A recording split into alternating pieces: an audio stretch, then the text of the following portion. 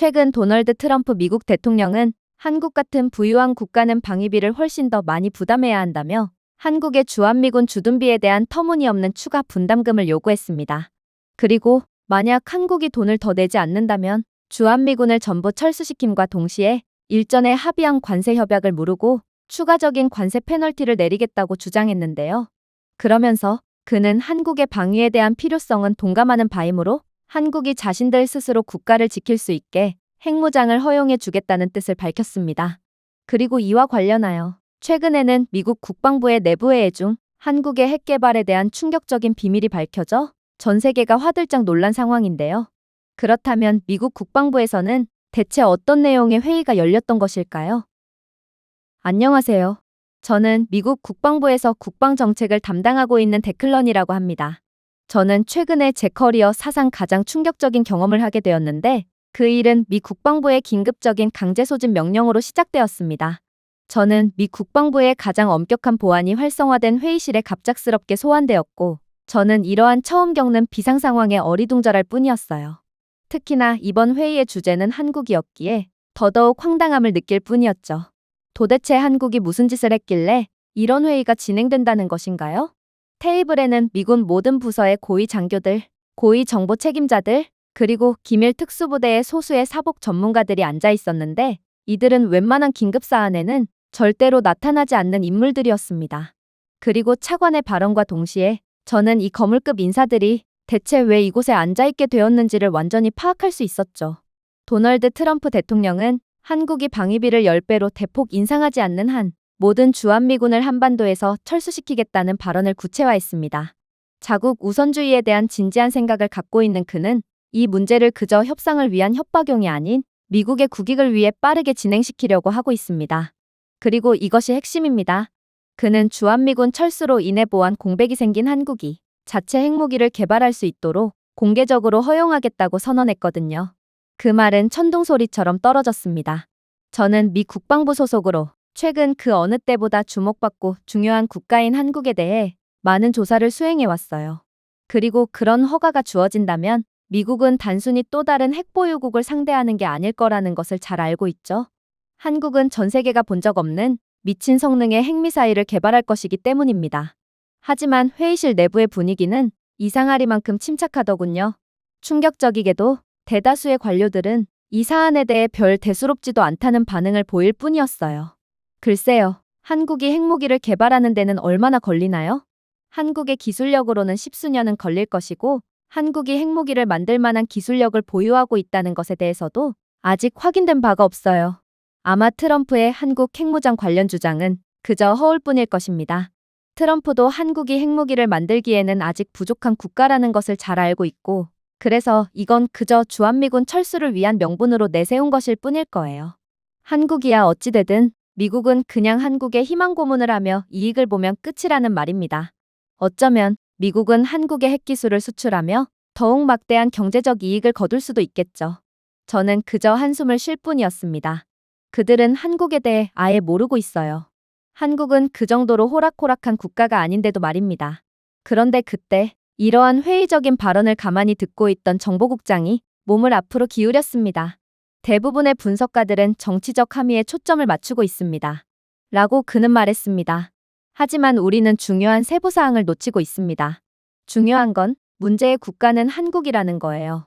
한국은 이러한 핵연구를 처음부터 시작하는 국가가 아닙니다. 수십 년간의 최첨단 원자력 연구 경험과 타의 추종을 불허하는 산업 역량, 그리고 모두가 예상하는 것보다 빠르게 움직이는 국가적 습관을 가지고 있습니다. 한국에 대한 여러 보고서를 제출해 본 적이 있는 저로서는 그가 과장하지 않았다는 것을 곧바로 알아챌 수 있었습니다. 1950년대 한반도는 한국전쟁으로 인해 폐허가 되었습니다. 그런데 지금은 같은 나라가 세계에서 가장 발전된 원자로를 건설할 뿐만 아니라 해외로 수출하여 기존 원자력 강대국들을 상대로 입찰을 따내고 있습니다. 심지어 한국에는 민간 및 국방 시스템에 대한 이중 전문 지식을 가진 과학자들이 상당히 많고 한국이라는 국가 자체도 시스템적으로 이러한 이중사용 인프라의 만반의 준비가 되어 있기에 만약 핵개발 제한이라는 정치적 끈이 제거되면 한국은 즉시 방향을 틀 수 있는 국가예요. 그리고 정보국장은 이러한 사실을 잘 알고 있었는지 다시금 놀라운 발언을 이어가더군요. 한국의 소형화된 핵탄두 설계는 이미 한국 공학 표준에 도달한 상태예요. 그리고 그들은 그러한 탄두들을 통합할 준비가 된 정밀 미사일 시스템까지 갖고 있죠. 10년은 걸리는 과정을 우회할 수 있는 기존의 농축 및 재처리 지식은 또 어떻고요? 한국은 핵무기가 없는 국가임에도 불구하고 이미 이러한 기술적 역량을 전부 갖추고 있어요. 그러나 한국의 가장 소름 돋는 점이 무엇인지 아십니까? 제가 언급한 부분들은 그저 한국이 공식적으로 인정받은 역량일 뿐이라는 것입니다. 무언의 현실은 한국의 진정한 역량이 민간 프로젝트와 이중사용 기술의 층위에 가려져 있다는 것이죠. 과연 한국이 무슨 충격적인 기술력을 숨기고 있는지 여러분들은 두렵지도 않나요? 그리고 과연 여러분들이 제가 입수한 한국에 대한 정보들을 인지하고도 이런 무지막지한 국가의 핵무기 권한을 허용하는 것을 이렇게나 쉽게 여길 수 있을까요? 이것은 더 이상 평범한 정책 토론이 아니었습니다.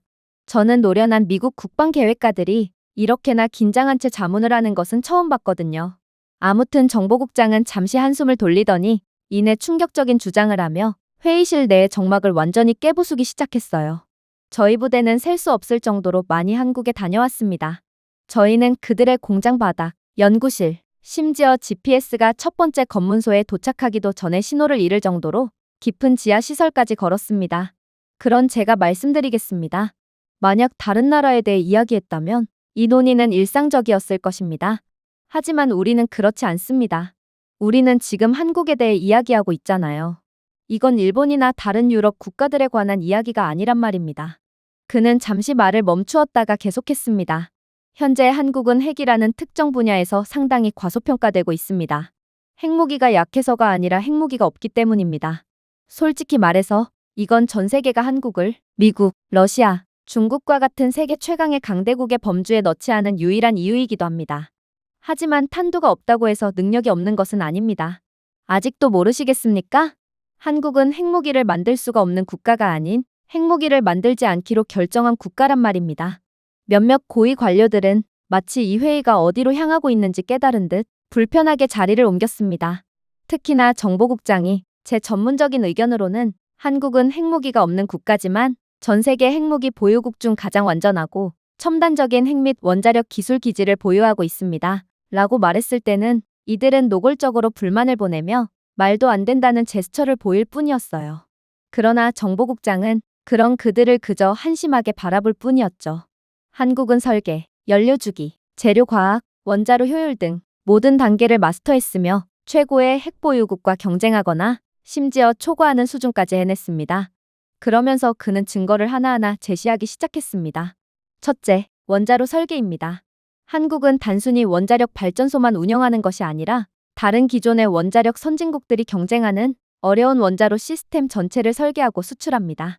예를 들어 한국의 APR-1400 원자로는 미국, 일본, 프랑스와의 입찰 경쟁 끝에 UAE에 매각되어 예정보다도 일찍 건설되었습니다. 저는 원자력 건설에서 예정보다 앞서라는 말은 들어본 적도 없어요. 그도 그럴 것이 일본이나 프랑스 같은 국가들은 약속한 기간보다 몇 년은 늦게 건설을 완료하는 경우가 허다하거든요. 하지만 한국은 세계 최고 수준의 안전 기준을 유지하면서 원전을 빠르게 건설한 것입니다. 심지어 한국은 이번에 프랑스와 일본, 미국 같은 쟁쟁한 경쟁자들을 다시 한번 제치고 체코 원전 수주 사업을 따내기까지 했기에 이들의 기술은 이제 유럽 재패를 목전에 두고 있습니다. 도대체 이런 원자력 기술을 가진 국가를 보고 어떻게 핵무기를 만들어낼 기술력은 있냐는 소리를 할 수가 있단 말인가요? 둘째, 연료 기술입니다. 한국 엔지니어들은 최소한의 재구성으로 무기급 출력에 적응할 수 있는 고밀도 원자로 연료와 첨단 재처리 기술을 개발했습니다. 이건 공식적으로는 민간용이지만 다시 말하지만 한국은 이중사용에 있어서 세계에서 가장 우수한 국가입니다. 이는 언제든 전환되어 핵무기 개발에 사용될 수 있어요. 충격적이게도 이러한 한국의 기술력은 그저 조악한 수준의 프로토타입이 아니라 이미 실행 중이며 이미 입증된 산업 규모의 시스템이라는 것입니다. 이러니 한국이 핵무기가 없이도 전 세계 최고의 핵기술을 가졌다고 평가받고 있는 것이죠. 셋째, 제조 능력입니다. 한국의 부산과 울산에서는 중공업이 원자로, 터빈, 고압 시스템을 위한 정밀 가공 부품을 미군 계약업체도 주목할 정도의 속도와 품질로 생산합니다. 이러한 동일한 생산 라인은 설계 사양을 변경하여 미사일 탄두 케이스, 재진입 차량 포탄 및 기타 중요한 부품을 처음부터 재조립하지 않고도 생산할 수 있습니다. 다른 국가들은 몇 년이나 투자해야 하는 기반 시설을 한국은 이미 진작에 갖추어 놓았다는 것입니다. 하지만 가장 중요한 점은 무엇인지 아시나요? 그건 바로 한국의 인적 자본입니다. 한국의 인적 자원은 자타공인 전 세계 최고라는 사실을 모르는 분들은 없을 것입니다. 한국에서 매년 수천 명의 원자력 물리학자, 재료과학자, 항공 우주 엔지니어가 교육을 받고 있으며 이들 중 상당수는 이중활용 전문성을 갖추고 있습니다. 이들은 에너지부터 조선까지 다양한 산업 분야에서 일하고 있지만 그 기술은 무기 개발로 직결될 수 있죠. 그리고 많은 국가와 달리 한국의 인재 파이프라인은 국내적이고 자립적이며 이미 연구기관과 산업 파트너에 밀집된 네트워크에 연결되어 있기에 이런 국가를 과소평가하는 것은 그야말로 패권국인 미국의 중대한 위협을 스스로 초래하는 것과 다름이 없다는 것입니다. 정보국장은 회의실을 둘러보며 관료들의 표정을 읽었습니다. 일부는 회의적이지만 대부분 그렇지 않았습니다. 그런 다음 그는 노련한 베테랑들마저도 완전히 경악의 도가니에 빠뜨리는 주장을 해왔죠. 만약 정치적 승인이 주어진다면, 만약 오늘 한국 지도부가 핵미사일을 만들기로 결정했다면 그들은 몇 년이 아니라 몇 주 안에 배치 가능한 핵무기를 가질 수 있을 것입니다. 몇 년이 아니에요. 몇 주만이 소요될 것입니다. 모두가 할 말을 잃은 채 허공을 바라볼 뿐이었어요. 그리고 몇몇은 몇 주는 말이 안 된다며 한국은 무슨 기적의 연금술이라도 하는 거냐며 따지고 들었어요. 하지만 정보국장은 그런 그들을 한마디 말로 제압할 뿐이었죠. 왜냐고요? 한국은 제로에서 시작하는 것이 아니기 때문입니다. 한국은 이미 농축 지식, 탄두 소형화 설계, 정밀 미사일 플랫폼, 산업 기반을 갖추고 있어 이 모든 것을 조립할 수 있습니다.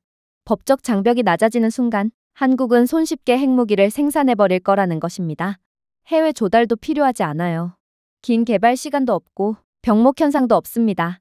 즉, 미국이 한국에 핵권한을 준다고 해서 미국의 이익으로 작용하는 부분은 아무것도 없다는 말입니다. 미국이 이익을 보는 시나리오는 기술적으로 아직 자립이 안 되었거나 혹은 경제적 능력 등 뭔가 몇 군데가 부족한 국가를 상대로만 가능합니다. 그런 국가라면 간신히 얻은 조악한 핵무기로 어떻게든 아시아 태평양 지역을 견제할 수 있겠죠. 그리고 미국은 아무런 투자 없이도 아시아 태평양 지역에 대한 지배권을 유지하고 말이에요. 하지만 한국은 완벽한 육각형의 국가로 뭐 하나 빼놓을 데가 없는 국가예요. 심지어 몇몇 기술력의 경우에는 미국마저 능가하고 있죠. 이런 국가를 상대로는 절대로 이익을 볼 수 없어요. 한국은 아시아 태평양 지역을 견제하는 것을 넘어 오히려 말도 안 되는 핵무기를 개발한 뒤 미국 자체를 역으로 잡아삼켜버릴 거거든요.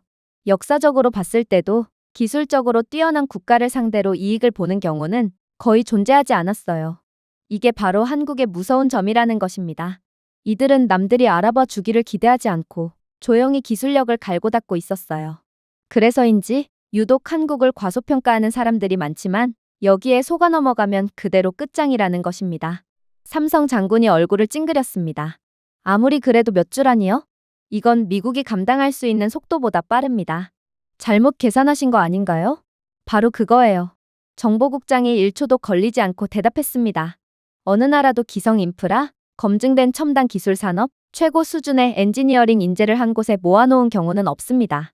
하지만 그걸 진짜로 실현해낸 한국은 최초이자 유일한 국가예요. 하지만 여전히 허세도 없고 자랑도 없고 매우 조용하게 몸을 웅크리고 있을 뿐이죠. 생각해보세요. 대부분의 핵보유국은 첫 번째 탄두를 만들기 위해 긴 사다리를 올라가야 했습니다. 그러나 한국은 이미 사다리를 만들고 보강하고 페인트까지 칠한 상태예요. 그들은 등반 허가를 기다리고 있을 뿐입니다. 그런데 트럼프가 그들에게 허가권을 주겠다고 말한 거예요. 그들이 사다리를 만들 기술력도 없는 국가라고 오판을 한 상태로 말입니다. 회의실은 이제 완전히 조용해졌습니다. 이젠 그 결정이 내려지면 한국을 막는 것은 불가능할 것이라는 것을 눈치챈 모양이었어요. 하지만 진짜 문제는 따로 있었죠. 한국의 진짜 무서운 점은 아직 시작도 안 한 상태였기 때문입니다. 정보국장은 마치 세상의 소수의 사람들만이 알고 있는 비밀의 방에 들어가려는 듯 눈을 가늘게 뜨고 앞으로 몸을 숙이며 충격적인 말을 건네오기 시작했어요. 여러분 대부분이 깨닫지 못하는 것은 한국이 이미 지구상에서 가장 진보된 원자로를 개발했다는 것입니다. 그들은 이미 기존의 원자로로도 세계를 제패했지만 한국은 절대로 멈추지 않았어요. 이들은 기존 설계에서 멈추지 않았고 대부분의 국가가 꿈꾸는 분야인 고속 증식로와 토류 원자로, 민간 에너지 생산량과 무기 생산 능력을 모두 극대화할 수 있는 기술에 이미 뛰어든 상태거든요.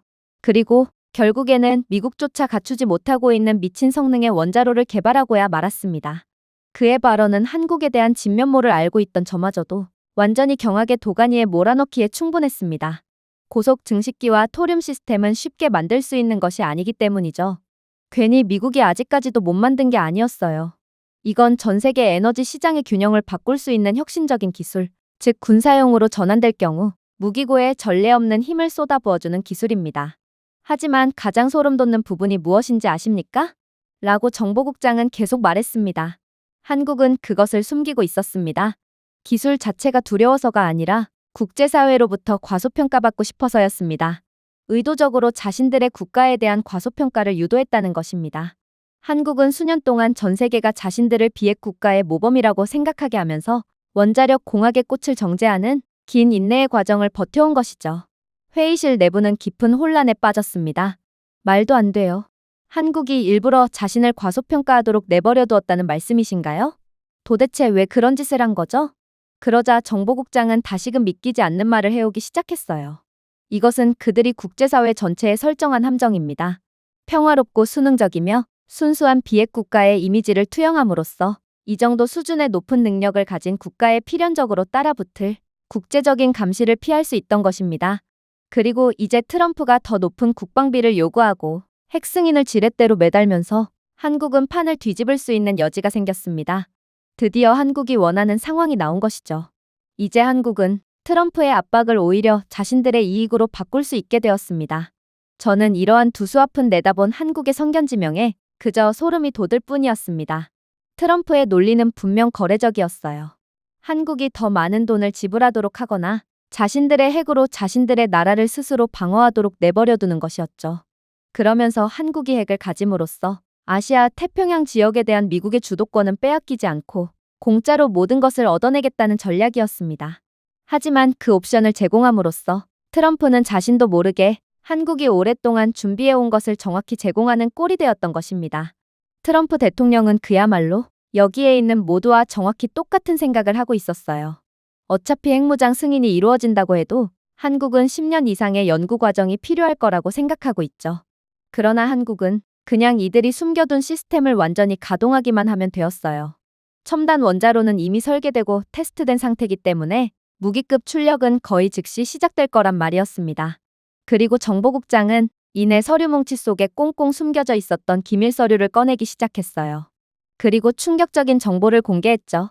자, 보세요. 한국이 개발한 패스트 브리더 원자로 설계는 단순히 전력만 생산하는 것이 아닙니다. 그들은 부산물로 플루토늄을 생산하며 그것도 많은 양을 생산합니다. 이러한 한국형 설계는 매우 효율적이어서 기존의 구형 원자로와는 달리 여러 탄두의 충분한 플루토늄을 생산할 수 있어요. 핵 개발에는 필연적으로 절차라는 것이 필요하기 마련인데 한국은 이러한 재료들을 전부 갖추고 있으므로 거의 무한 동력원을 개발한 셈과 다름이 없다는 거예요. 정보국장은 벙쪄있는 모두를 그저 말없이 바라보며 숨 돌릴 틈도 없이 토륨 원자로의 설계를 시작했습니다. 토륨 기반 시스템은 더 깨끗하고 효율적이며 무기 생산용으로 구성하면 또 다른 핵분 열성 물질인 우라늄 233을 생산할 수 있습니다. 그러니까 미국이 토륨 원자로를 개발하기 위해 박차를 가하며 인재들을 끌어모으고 있는 거예요. 그런데 다시 말하지만 적어도 원자력 분야에 있어서의 한국의 기술력은 미국을 이미 능가한 지 오래예요. 한국이 개발한 시제품은 작고 고출력이며 모듈식 설계로 제작되어 빠르고 신중하게 확장할 수 있습니다. 그야말로 전 세계 원자로 기술에서 수십 년 앞서 있는 셈이라는 것입니다. 그의 설명은 노련한 애널리스트들조차도 완전히 넋이 나가게 만들었어요. 미국의 기존 원자로는 몇 개의 탄두에 충분한 핵분열성 물질을 생산하는데 1년이라는 시간이 걸리는데 한국의 설계는 한 달 안에 이를 달성할 수 있다니, 심지어 여러 개의 원자로를 가동하면 한 달 이내에 수십 개의 핵미사일을 발사할 수 있다니, 이건 거의 공상과학 영화에서나 볼 법한 충격적인 기술력이었거든요. 그리고 이제는 정보부 관계자가 나서 앞으로 한국에 벌어질 상황을 소개하기 시작했죠. 한국이 핵 승인이 내려진 날, 이러한 시스템을 군사 생산으로 전환한다면 몇 년이 아닌 몇 주 안에 완전히 배치할 수 있는 핵미사일 전력을 갖추게 될 것입니다. 그리고 이들은 단순한 낮은 성능의 핵 전력이 아니라 동아시아의 모든 주요 강대국의 전략적 계산을 바꿀 수 있을 만큼 세계에서 가장 강력한 핵 전력을 갖추게 될 것입니다. 그러나 한국이 얻을 이익은 여기서 끝이 아니에요. 한국은 이러한 최첨단 원자로를 수출해서 상당한 경제적 이익을 얻을 수도 있거든요.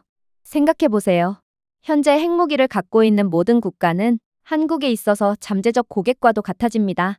이건 핵무기 권한이 있는 국가들에겐 필수적이자 꿈의 원자로라고 할 수 있거든요.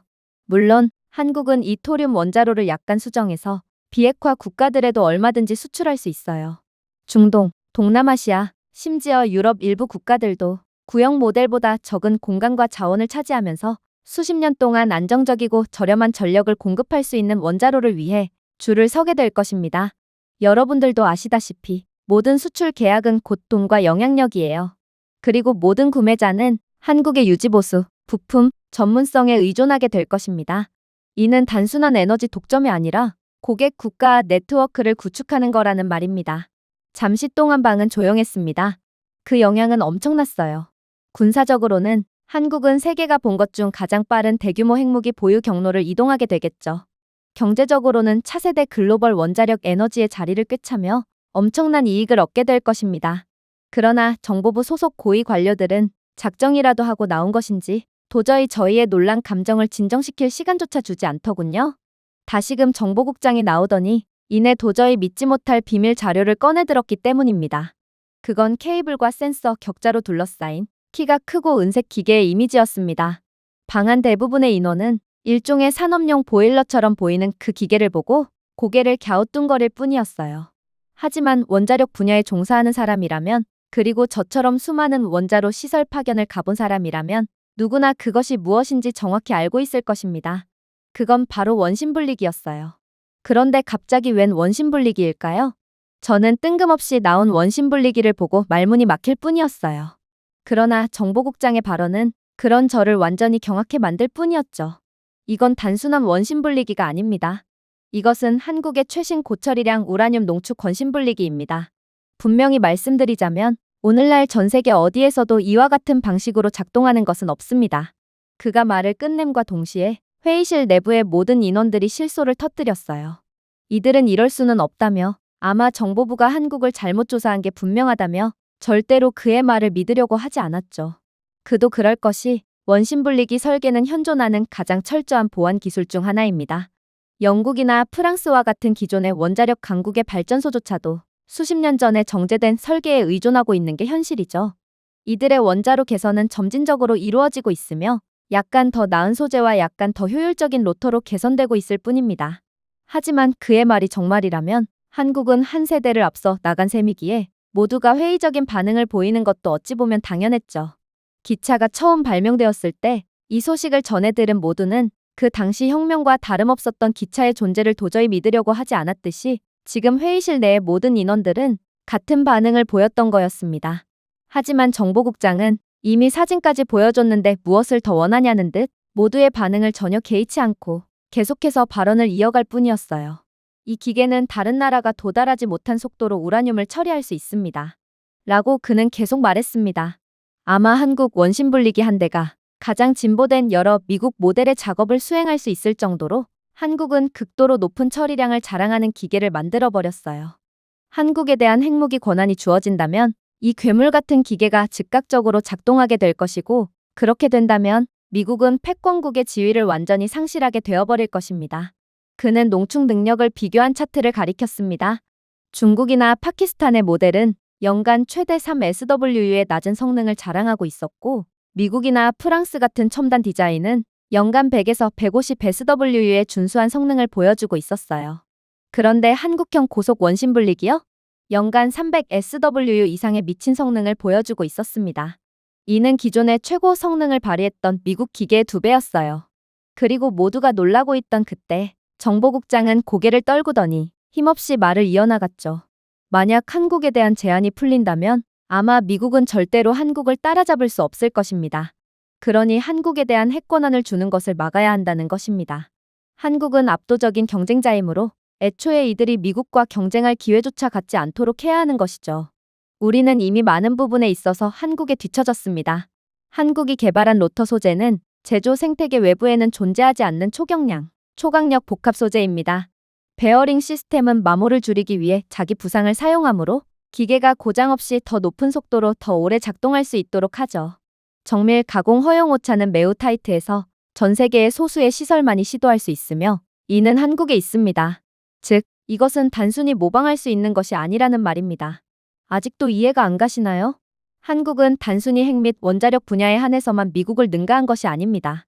한국은 이미 글로벌 리더로 자리 잡은 모든 분야에서 재료과학, 항공우주공학, 산업 정밀 제조에 수십 년간 투자한 결과물을 내고 있고 이런 나라에 날개를 달아주는 것은 정말 미친 짓이에요.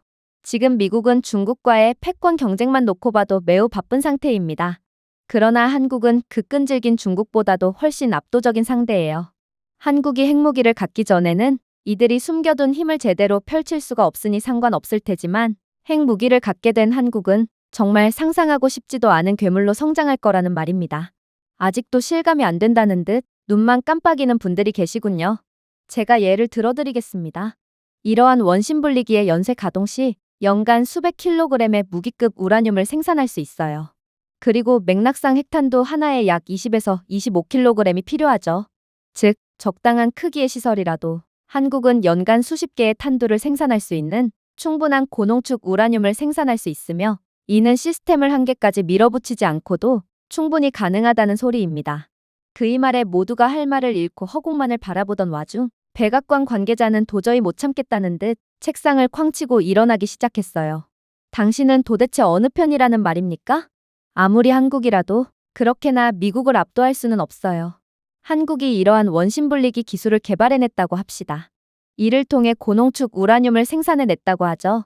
그런데 한국은 도대체 어떻게 다음 단계를 처리할 거죠?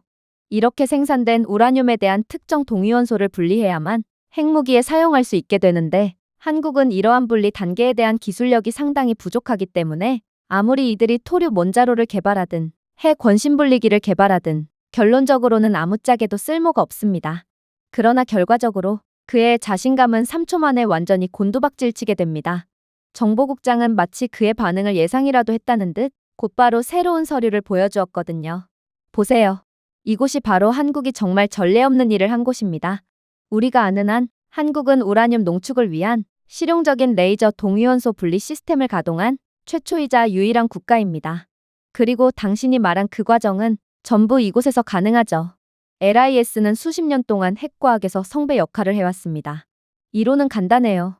대규모 원심분리기 캐스케이드에서 우라늄을 회전시키는 대신 정밀하게 조정된 레이저를 사용하여 특정 동위원소를 이온화하고 분리하는 거였어요. 그렇게 분리된 우라늄은 핵무기에 직접적으로 사용할 수 있죠. 하지만 이건 말이 쉽지, 현실은 훨씬 더 어려웠습니다. 대부분의 국가는 뚜렷한 결과 없이 수십억 달러를 지출한 끝에 기술력 부족으로 인해 이러한 노력을 포기해야만 했거든요. 그런데 한국은 이미 그 단계를 뛰어넘었습니다. 라고 그는 간단히 말했습니다. 그리고 그것이 모든 것을 변화시키겠죠. 그러나 백악관 관계자는 도저히 그의 말을 믿으려고 하지 않았어요. 말도 안 돼요. 조작 자료 아닌가요? 레이저 동위원소 분리시설은 필연적으로 거대할 수밖에 없으므로 눈에 상당히 잘 띌 수밖에 없습니다. 그런데 미국의 특수 조직인 당신들만이 최근에야 간신히 파악했을 뿐 다른 미국 부서들이나 다른 국제사회는 이러한 한국의 시설을 전혀 파악하지 못하고 있다고요? 이건 전부 거짓말입니다. 그러나 정보국장은 충격적인 내용을 매우 침착하게 풀어나갈 뿐이었어요. 당신의 말이 맞아요. 레이저 동위원소 분리시설은 상당히 거대하므로 특정 요구 조건이 갖춰져야 하죠. 그래서 이런 시설을 건설하려는 국가는 필연적으로 국제사회의 눈에 띌 수밖에 없습니다. 그러나 한국이 만든 레이저 동위원소 분리시설은 넓은 원심분리기 홀이나 거대한 냉각 시스템이 없는 표준 산업 건물 안에 들어갈 수 있어요. 제가 한국은 이미 십수년 전부터 준비를 해오던 국가라고 말하지 않았나요? 한국은 이미 소형화와 최적화를 완료했기에 거대한 시설이 필요하지 않았던 것입니다. 물론 이 시설은 다른 방식으로도 발견할 수 있죠. 레이저 동위원소 분리시설은 전기를 엄청나게 잡아먹으므로 우리는 비정상적인 전력 사용이 감지되는 곳을 찾으면 이러한 시설을 쉽게 찾아볼 수 있습니다. 그런데 한국이요? 한국이 만든 레이저 동위원소 분리시설은 동일한 농축 수준에서 원심분리기 캐스케이드보다 훨씬 적은 전기를 사용하여 운영 비용을 절감하고 있었어요. 이러한 한국의 시설은 외부에서 보면 레이저 동위원소 분리 공장이 아닌 연구실로 착각이 들 정도니 어떤 위성 이미지로도 다른 정밀 레이저 시설과 구별할 수 없었던 것입니다. 이게 한국이 의도한 부분이든 아니든 한국은 정말 상상 이상의 기술력을 숨기고 있는 무지막지한 국가라는 것이죠. 그런데 트럼프 대통령은 이런 국가를 얕보고 오히려 이권을 제공해 주려고 하고 있어요. 만약 정말로 한국에 대한 핵보유 권한이 주어지는 법안이 통과된다면 트럼프 대통령은 미국의 역사책에 남아 후손 대대로 욕을 먹을 것이고 그건 트럼프를 막지 못한 우리도 마찬가지가 될 것입니다. 부끄러운 조상이 되는 것이죠. 물론 한국의 역사책에는 트럼프 대통령과 우리는 고마운 존재로 남게 될 것입니다. 그의 말에 백악관 관계자는 얼굴이 완전히 새파랗게 질린 채 숨을 헐떡거릴 뿐이었어요. 이건 말도 안 됩니다.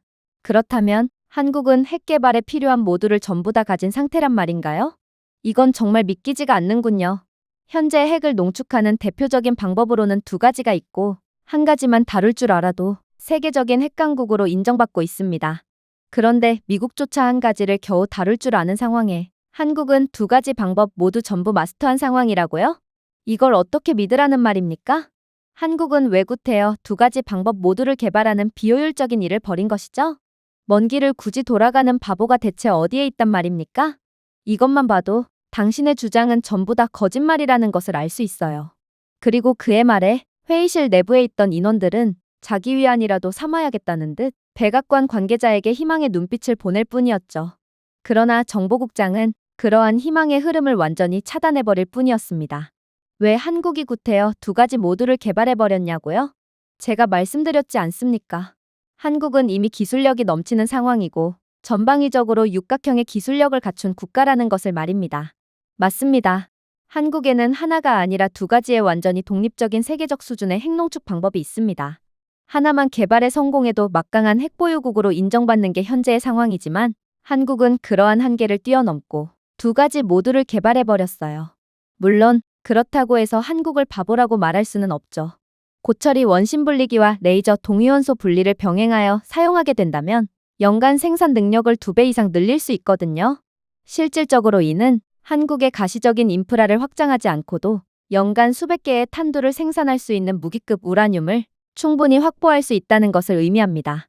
이해가 되시나요? 다른 모든 핵보유국은 속도, 비용, 비밀 중 하나를 선택해야 했습니다. 그러나 한국은 선택할 필요가 없어요.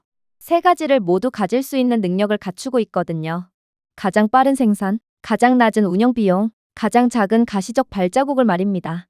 이는 단순한 기술적 이점이 아니라 전략적 이점입니다. 트럼프의 승인이 나게 된다면 한국은 전 세계가 반응하기 시작하기도 전에 완전한 핵무기로 확장할 수 있다는 것을 의미합니다. 이젠 정보국장의 말에 토를 다는 사람들은 아무도 없어졌습니다. 모두가 정치적 끈이 제거된 한국은 아무도 따라잡을 수 없게 될 거라는 것을 인지하게 되었죠.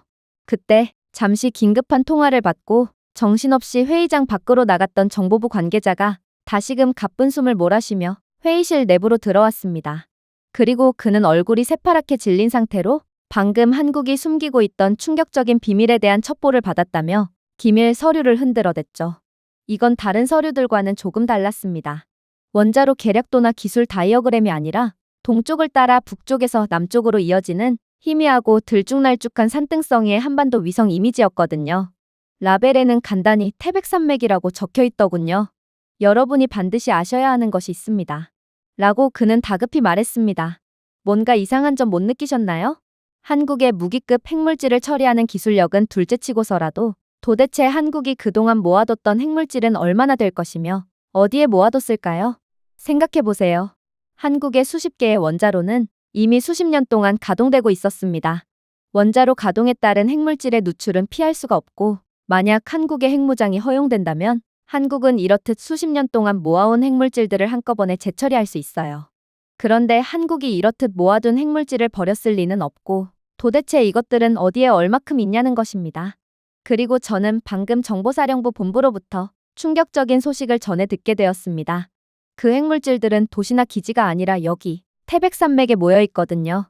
심지어 이들은 수십 년 동안 모아둔 핵물질을 그대로 보관하고 있었기에 이곳 태백산맥의 비밀기지가 공개됨과 동시에 한국은 순식간에 미국을 넘어설 핵무기 강대국으로 올라설 수밖에 없게 됩니다. 저는 태백산맥에 대해 아주 잘 알고 있어요. 파견 때문에 직접 가본 적도 있죠. 그리고 저는 태백산맥에서 연이어 감탄사를 연발할 뿐이었습니다. 태백산맥은 그저 평범한 고지대가 아니었거든요. 가파른 능선과 깊은 계곡, 고해상도 위성도 캐노피를 뚫는데 어려움을 겪을 정도로 울창한 숲 등 그야말로 자연이 만든 요새였어요. 이곳은 겨울에는 눈에 묻히고 여름에는 안개에 덮입니다. 도로는 드물고 존재하는 도로는 지형을 관통하듯 꼬여 있기에 무언가를 숨겨야 한다면 이곳만큼 적합한 곳도 없어 보였어요. 그리고 회의실의 고위 관계자들이 도대체 한국이 원자로 근처가 아닌 태백산맥을 선택한 이유가 무엇이냐며 질문 공세를 건네자 정보부 관계자는 놀라운 대답을 해오기 시작하더군요. 접근 통제 때문입니다. 이 산들은 진입 지점이 제한되어 있으며 이 모든 것을 마음대로 모니터링하거나 차단할 수 있어요. 자연방어도 아주 좋은 이유죠. 태백산맥은 경사가 매우 가파르고 암석이 상당히 단단해서 공중에서 정밀 타격을 해도 깊은 곳에 묻힌 물체에 도달하기 어렵습니다. 만약 북한이나 중국 같은 적대국들이 태백산맥에 묻혀있는 비밀을 파악하게 된다고 해도 그냥 강 건너 불구경할 수밖에 없죠. 은폐의 이유도 있어요. 태백산맥 지형의 열 패턴이 너무 불규칙하여 지하활동의 열 신호가 배경소음에 섞여들거든요. 그래서 저희는 이러한 한국이 숨기고 있는 핵물질을 수십 년간 찾아다녔지만 이제 와서야 겨우 발견한 것입니다. 아니, 발견도 아니죠. 그저 태백산맥에 매장되어 있을 거라고 추측하는 것이죠. 그의 말이 끝나자마자 미국 원자력 연구소 소장이 도저히 이해가 안 간다는 표정을 지으며 그 자리에서 벌떡 일어났어요. 그건 불가능합니다. 핵물질은 매우 민감해서 산맥과 같은 불안정한 곳에 오래도록 보관할 수가 없어요. 괜히 핵물질의 보관에 많은 비용이 드는 게 아니라는 말입니다. 핵물질은 반드시 특정한 조건이 갖춰진 실험실에서 안전하게 보관해야만 해요. 만약 한국이 정말로 산맥에서 자신들의 핵물질을 보관하고 있었다면 그건 정말 멍청한 행동이고 애초에 이들에게 남은 멀쩡한 핵물질도 거의 없을 것입니다. 핵물질은 그렇게 다뤄서 난되는 거거든요. 한국은 핵기술 강국이라더니 그건 전부 다 거짓말이었군요. 이런 사소한 부분만 봐도 이들의 수준을 어느 정도 파악할 수 있거든요. 아무튼 한국의 기술력은 과대평가된 상태가 분명하고 이들에게 남은 사용 가능할 정도의 수준의 핵물질은 거의 없을 것이 분명합니다. 원자력 분야에서 꽤나 권위가 있는 그였기에 회의실에 있던 모두는 그의 말에 귀를 기울였어요. 하지만 그의 전문적인 것처럼 보이는 발언에도 정보부 관계자는 여전히 침착함을 유지했고 이내 예상치도 못한 말로 모두를 경악시킬 뿐이었습니다. 틀렸습니다. 저희 본부도 처음에는 그렇게 생각했었죠. 하지만 한국의 행동에는 항상 그럴 만한 이유가 존재합니다. 태백산맥은 전 세계에서 가장 강력한 지질학적 안정성을 갖춘 곳입니다. 단층이 많은 지역과 달리 태백산맥은 지진으로부터 조용하죠. 따라서 이곳은 수십 년 동안 안전하고 방해받지 않는 격리가 필요한 고농축 우라늄과 플루토늄과 같은 고감도 물질을 저장하는 데 이상적이라는 것입니다. 한국은 바보가 아니에요. 오히려 엄청난 비용이 드는 이러한 보관 과정조차 천혜의 자연 요건으로 무료로 해치워버리는 축복받은 국가인 것이죠.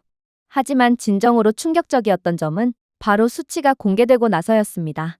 정보 추정에 따르면 감청된 해운 데이터, 비정상적인 자재 조달, 그리고 몇 가지 기밀 인간 출처 보고서를 바탕으로 태백산맥 깊숙한 곳에는 약 5,000kg의 고농축 우라늄과 최대 10,000kg의 무기급 플루토늄이 매장되어 있다는 것이 추정되었거든요. 그리고 정보부 관계자는 저희 모두를 완전히 합주기로 만드는 주장을 계속해서 이어나갔습니다. 핵탄두 한 개에는 일반적으로 20에서 25kg의 고농축 우라늄 또는 4에서 6kg의 플루토늄이 필요합니다.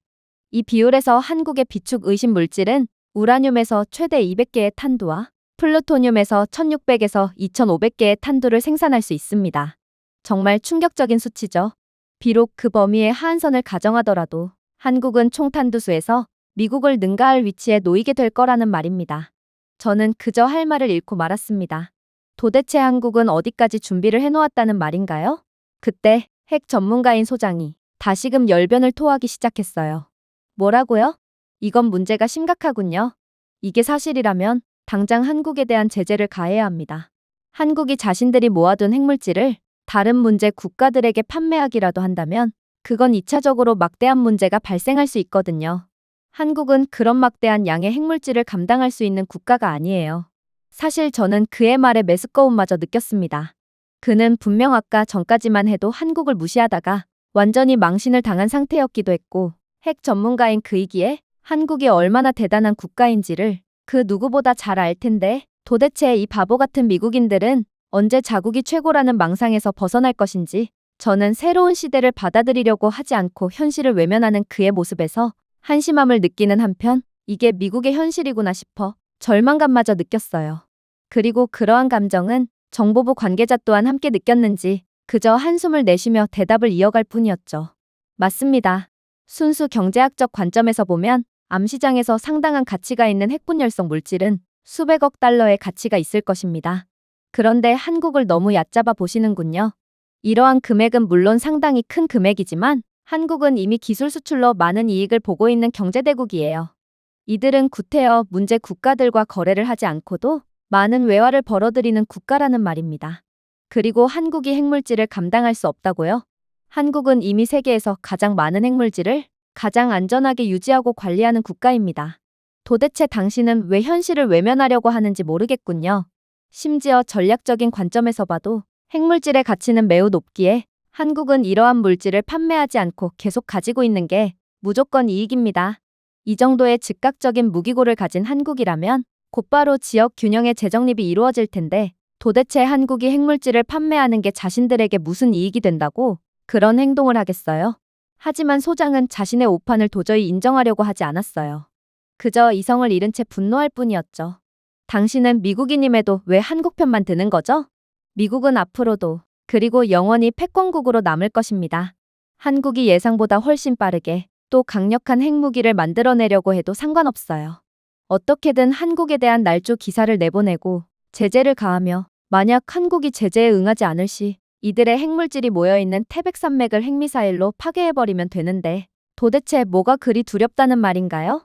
미국은 전통적으로 2인자를 전부 파괴해왔습니다. 만약 한국이 미국을 넘어설 기미를 보인다면 미국은 이번에도 어김없이 한국을 파괴해버리면 된다는 겁니다. 그러나 정보부 관계자는 그저 고개를 가로저으며 놀라운 반박을 해올 뿐이었죠. 핵무기로 태백산맥을 타격하겠다고요? 안타깝지만 그건 불가능합니다. 이건 설계된 시설이에요. 한국은 북한이나 중국의 공격 등 모든 유사시의 상황을 대비하여 이 시설을 꽁꽁 숨겨놓았다는 말입니다. 당연히 한국은 북한과 중국의 핵무기를 통한 공격조차 가정하여 이미 대비해둔 상황이에요. 태백산맥 아래에 묻혀있는 핵물질은 너무 깊이 묻혀 있어서 직접적인 핵공격으로도 파괴할 수 없어요. 태백산맥 특유의 험한 환경에 더해 주변 암석이 그들을 보호할 거거든요. 그리고 애초에 핵물질의 정확한 좌표도 모르는데 그 길고 긴 태백산맥을 전부 다 때려 부수려고 하는 건가요? 이 태백산맥의 지상에는 등산로, 불교사원, 소규모 광산 작업장으로 점철되어 있습니다. 한편 지하에서는 핵물질을 보관해둔 별도의 연구소가 냉각 및 유지 관리를 지속하고 있는 것으로 추정되죠. 그런데 이렇듯 민간 시설과 완벽하게 조화를 이루고 있는 장소를 어떻게 정확한 좌표를 통해 타격할 수가 있단 말인가요?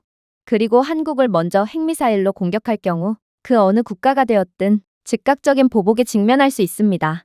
한국은 몇 주 안에 핵미사일을 대거 보유할 수 있으므로 그 전에 전쟁을 끝내지 않는다면 상대 국가는 향후 수백 년간 인간이 살아갈 수 없는 황무지로 초토화되고 말 거라는 말입니다.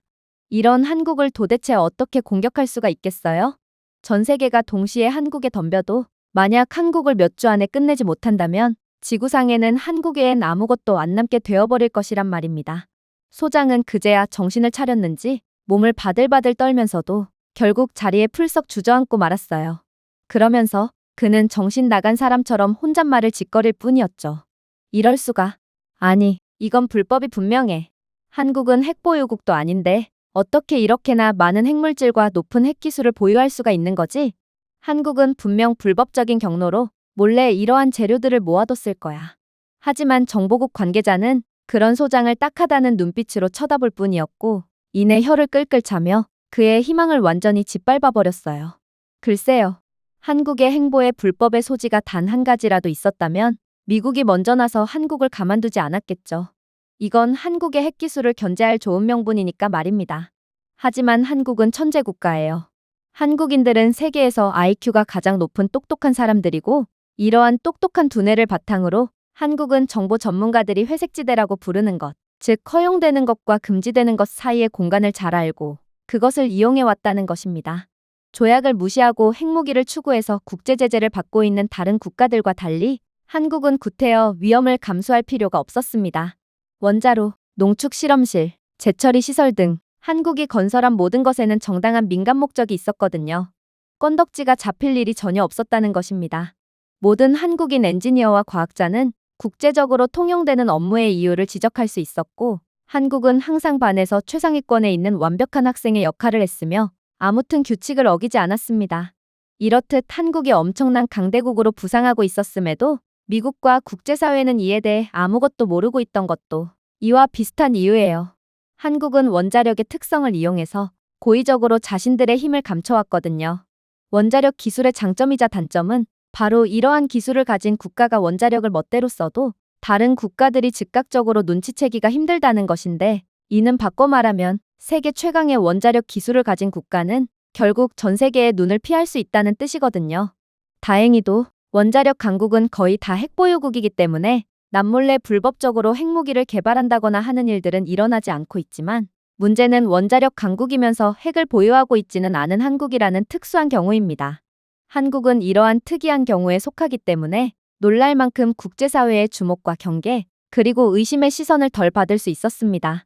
그러므로 만약 한국이 숨기려고 마음만 먹었다면 자신들이 가진 원자력 기술을 몰래 핵 개발에 사용했어도 이를 알 수 있는 방법이 하나도 없다는 것이죠. 저희 정보사에서 계산을 해봤을 때 만약 한국이 사용 후 핵연료의 일부를 비밀리에 군사적 용도로 전용했다면 한국의 최고 수준의 핵 과학자들에 의해 비밀리에 개발된 정교한 기술들은 국제원자력기구에 의해 탐지되지 않고 무기급 플루토늄을 추출할 수 있었을 겁니다. 그리고 매년 100개가량의 핵무기를 추가로 개발하기에 충분한 약 400kg의 플루토늄이 비밀리에 재처리되었다고 추측할 수 있죠. 태백산맥 아래에 100개가량의 핵미사일이 발사를 기다리고 있을 수도 있다니 이건 정말 생각만 해도 소름이 돋지 않나요? 물론 모범국가인 한국이 그런 행동을 했을 가능성은 거의 없지만 아무튼 이러니 그 누구도 한국에 감히 까불 수 없는 것입니다. 지금과 같은 21세기에서 기술 강국이란 사실상 무슨 짓을 해도 제재하기가 거의 불가능하다는 것을 뜻하거든요. 소장은 이제 완전히 기가 죽어 눈에 눈물마저 고였습니다. 어쩌면 그는 최신 기술의 선두에 있는 입장답게 이러한 한국의 저력을 이미 알고 있었을지도 몰라요. 하지만 그저 인정하고 싶지 않았겠죠. 패권국 미국에서 미국인으로서 살면서 평생을 자부심 있게 살아왔는데 하루아침에 한참 미치라고 봤던 한국의 패권을 빼앗기다니 이건 현실을 부정하기에 충분할 정도로 충격적인 상황이었거든요. 저는 이러한 상황에 절망감을 느끼면서도 한편으로는 한국은 도대체 뭐하는 국가인가 싶어 존경심이 들기도 했어요. 생각해보세요. 불과 수십 년 전만 해도 한국 전쟁을 겪은 한국은 지구상에서 가장 가난한 나라 중 하나였습니다. 그런데 하루아침에 세계 군사강국으로 도약했을 뿐만 아니라 현재 한국은 세계에서 경제력이 가장 큰 경제대국에 필적하고 대다수의 산업 역량에서 G7 국가들을 능가하며 기술력은 두말할 필요조차 없는 수준에 이르렀어요. 그리고 이제 정치적 끈이 제거되면 한국은 그동안 쌓아왔던 경제적 및 기술적 우위를 역사상 가장 빠르고 포괄적인 핵무장 프로그램과 연결시키며 전 세계를 놀라게 할 것입니다. 이것이 바로 이 회의실에 있는 모두가 느낀 진정한 두려움이자 진정한 경외심이었습니다. 그리고 그 순간이 오면 전 세계는 호랑이가 단순히 살아남은 것이 아니라 정글에서 가장 기술적으로 발전한 포식자가 되었다는 사실을 알게 될 것입니다. 그리고 한국이 송곳니를 드러내기로 결정한다면 지구상의 그 어떤 것도 호랑이를 막을 수 없을 것입니다. 그렇게 정보부의 발표가 끝나자 이제는 미 국방부 차관이 나섰어요. 그리고 그는 어두운 표정으로 발표를 시작했죠. 솔직히 제가 나서는 일이 없었으면 좋겠다고 생각했습니다. 결국 한국은 핵무기를 갖는데 상당한 시간이 걸리게 되거나 혹은 아무튼 미국만이 이익을 보는 상황을 기대하고 있었어요. 하지만 한국은 우리가 생각했던 것보다 훨씬 빠르게 그리고 완벽한 핵무기를 만들어내고 말 거라니 정말 좌절스럽군요. 정말로 이들이 자신들이 가지고 있던 기존의 방산 기술력을 통해 핵무기를 어떻게 응용하게 될지를 고려한다면 한국은 세계에서 가장 두려운 국가로 재탄생하게 될 거라는 것을 쉽게 알 수 있을 것입니다. 일단 충격적이게도 핵무기를 획득한 후 수년간 인도 플랫폼을 개발해야 했던 많은 국가와 달리 한국의 플랫폼은 이미 현대적이고 전투 테스트를 거쳤으며 국내에서 대량 생산이 가능한 시스템을 가지고 있습니다. 즉, 한국은 탄두가 준비되는 순간 재설계 없이, 지체 없이, 외부 의존 없이 미사일, 전투기 또는 잠수함에 곧바로 장착할 수 있다는 것입니다. 참고로 영국도 핵탄두를 획득한 후 핵무기를 잠수함 함대에 통합하는 데 수년이 걸렸습니다. 그런데 한국은 이러한 지연을 완전히 건너뛸 수 있다는 것입니다. 자, 한국은 이러한 완벽한 통합 능력을 통해 도대체 어떤 나비 효과를 만들어낼까요? 가장 먼저 핵무기를 기어코 만들어낸 한국을 견제하기 위해 혹은 한국이 만든 핵미사일을 없애기 위해 중국이나 북한이 한국의 핵미사일을 보관하는 시설에 핵 공격을 가할 경우를 가정해 봅시다.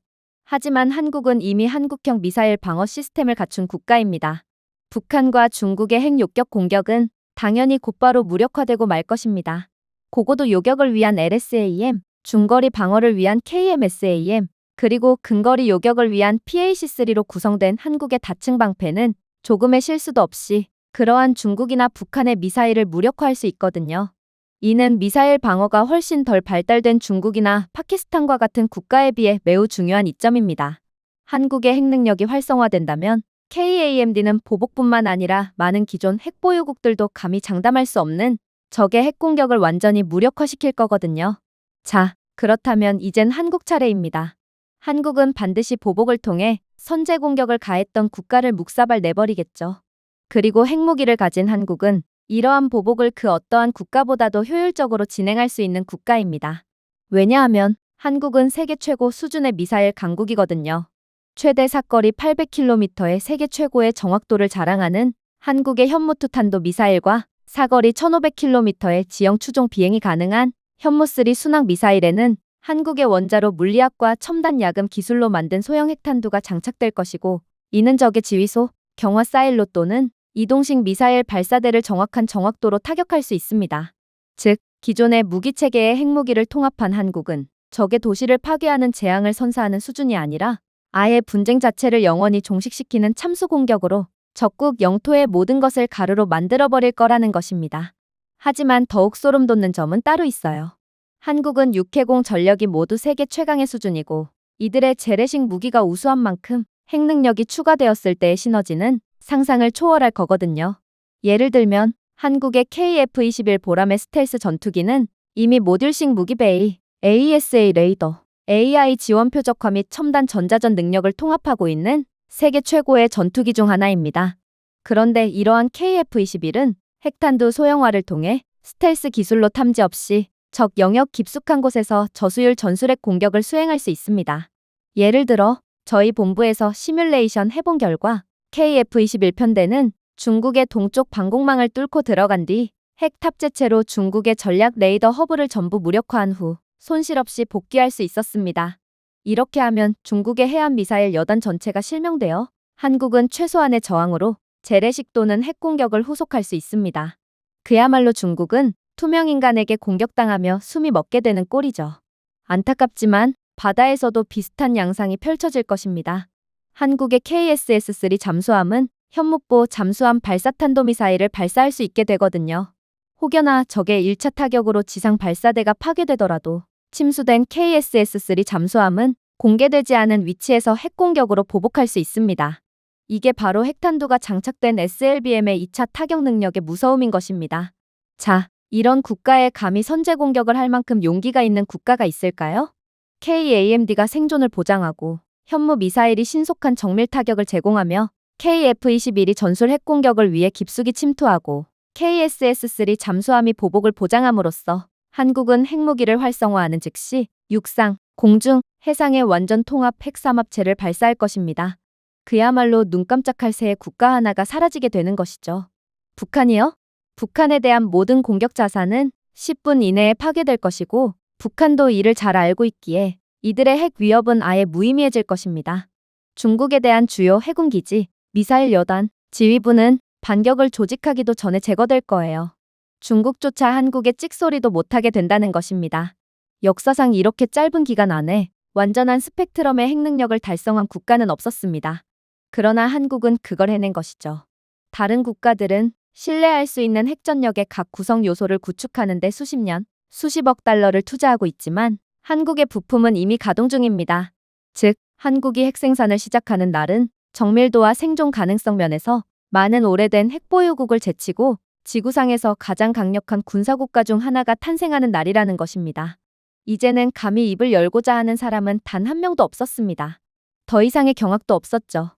그저 모두는 이젠 놀라기도 지쳤다는 듯 그저 순식간에 한국 아래에 남게 될 미국의 처지에 순응하는 듯한 모습을 보일 뿐이었어요.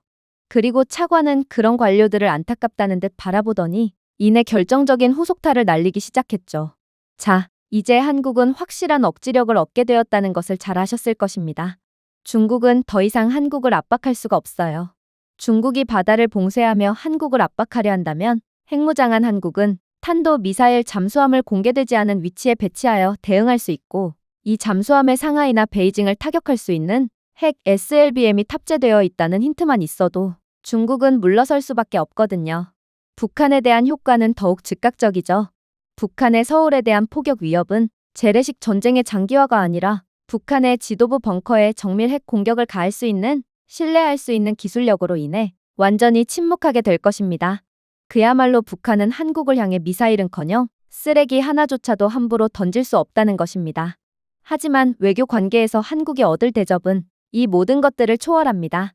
역사에 따르면 핵보유국은 외교에서 다르게 취급되거든요. 한국은 일단 이 클럽에 가입하자마자 반구 전체의 힘의 균형을 좌우할 수 있는 국가가 됩니다. 향후 미국과의 무역 협상에서요. 미국은 더 이상 한국에 대한 반도체나 전기차에 대한 관세 압박을 할 수가 없게 됩니다. 한국은 이제 미국의 군사적 협력 관계가 동등함 사이에 있음을 미묘하게 상기시키며 미국을 포함한 불공정한 관세를 들이미는 모든 국가를 역으로 압박할 수 있게 되거든요. 그럼에도 과연 미국이 한국을 향해 관세 압박을 펼칠 수 있을까요? 이미 힘의 균형추는 한국 쪽으로 완전히 넘어갔는데도 말이에요. 중국과의 회담은 더욱 노골적이죠. 중국은 한국과의 회담을 진행할 때마다 사드 배치나 해상 경계와 같은 문제를 걸고 넘어지며 강압적인 태도를 취하는 것으로 유명합니다. 그러나 한국이 핵무력으로 반격할 수 있을 때 그 위협이 소리내어 말해졌는지 여부에 관계없이 그 목소리는 자동으로 더 큰 비중을 차지하게 됩니다. 아마 한국 대통령이 중국 주석 앞에 앉아 책상 위에 거만하게 발을 올려도 중국 측은 아무 화도 못 내고 무력하게 지켜보고만 있어야 할 것입니다. 하지만 진정한 하이라이트는 따로 있어요. 그건 바로 한국의 경제력이 어떤 식으로 상승할 것인지에 관한 것이죠. 놀라지 마세요. 한국은 이 부분에서 가장 큰 수혜를 입을 거거든요. 핵무기는 국경을 보호할 뿐만 아니라 시장을 보호합니다. 투자자들은 안정성을 중시하며 신뢰할 수 있는 핵 억지력은 한국으로 하여금 엄청난 신뢰도를 주거든요. 한국은 북한의 존재 때문에 안 그래도 안정성 면에서 과소평가받는 국가였습니다. 그런데 이러한 리스크를 핵 한 번에 완벽하게 해결된 한국은 그야말로 날개가 돋친 듯 엄청난 외화 투자를 받게 될 것입니다. 심지어 기술 중심의 경제와 글로벌 수출 지배력이 영구적으로 보호받는 것으로 볼 수 있는 한국의 경우 그 효과는 더욱 엄청날 것입니다. 부산의 조선소, 평택의 칩헵, 인천의 글로벌 물류허브는 현존하는 가장 강력한 보험 정책의 보호 아래 운영될 것이고 한국은 매년 두 자릿수의 경제 성장률을 이끌어내며 괴물처럼 성장해 나가겠죠.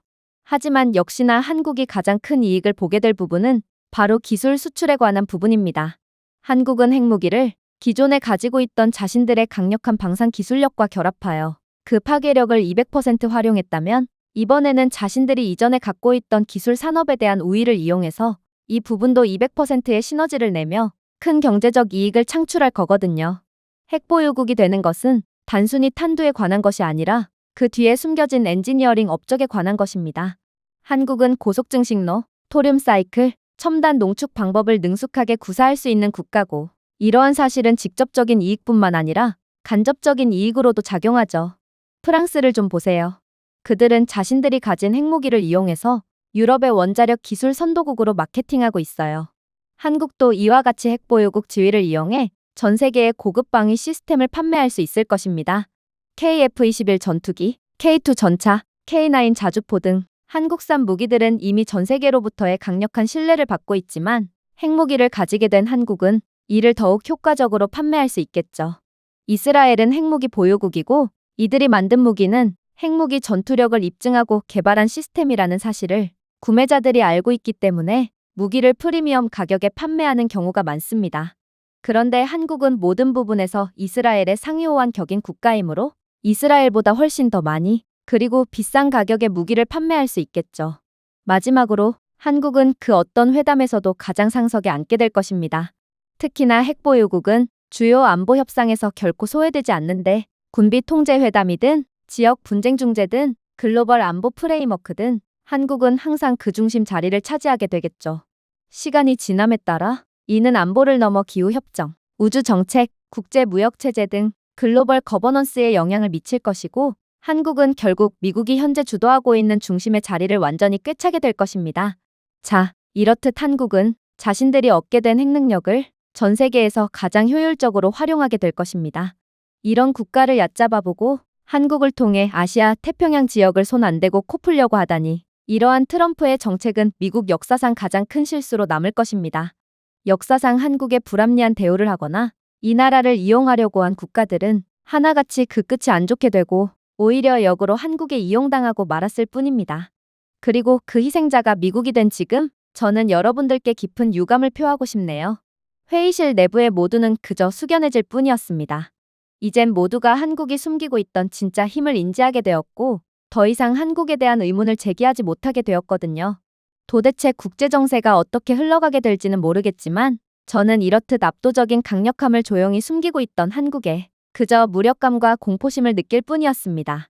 제가 준비해온 내용은 여기까지입니다. 끝까지 시청해주셔서 진심으로 감사드리며 여러분들의 구독과 좋아요, 알림 설정은 영상 제작에 큰 힘이 됩니다. 이상 세모튜브였습니다.